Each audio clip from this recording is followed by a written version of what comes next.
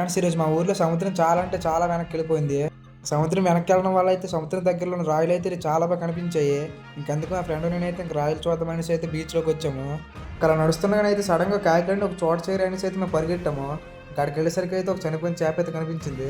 చేప అయితే ఫుల్గా పాడైపోయింది. ఫ్రెండ్స్ ఇలా సముద్రం వెనక్కి వెళ్ళినప్పుడు అయితే ఇలా చేపలు అయితే ఇలా రాయలు గుద్దుకుని అయితే ఒడ్డుకైతే చేరేస్తాయి. ఇంకా పాడైపోయిన చేప నుంచి కొంచెం ముందుకెళ్ళేసరికి అయితే నాకు ఇంకొక చేప అయితే నీటిలో తేలుతూ కనిపించింది.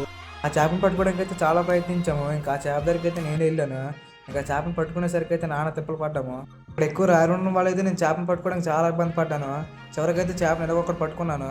ఆ చేప గురించి అయితే నేను దాదాపు అరగంట వరకు వెయిట్ చేశాను. కానీ పట్టుకునేసరికి అయితే ఆ చేప కూడా మొత్తం పాడైపోయింది. ఇంకా పాడైపోయిన చేపను అక్కడ వదిలేసి కొంచెం ముందుకైతే వచ్చాము. ఇంకా రాయల దగ్గరికి వచ్చేసరికి అయితే కొన్ని స్టార్ ఫిష్లు అయితే రాయలు అంటుకొని అయితే ఉన్నాయి. స్టార్ ఫిష్లు నేను అలా చూడడం అయితే మూడోసారి. సముద్రం వెనక్కి వెళ్ళడం వల్ల అయితే చిన్న చిన్న రాళ్ళు అంటుకొని అయితే ఉండిపోయి ఇలా రాయలు చూడడానికి రావడం వల్ల అయితే మాకైతే ఇలాంటి చేపలు కనిపించాయి. మా తిప్పలస్ బీచ్ అయితే చాలా అందంగా ఉంది.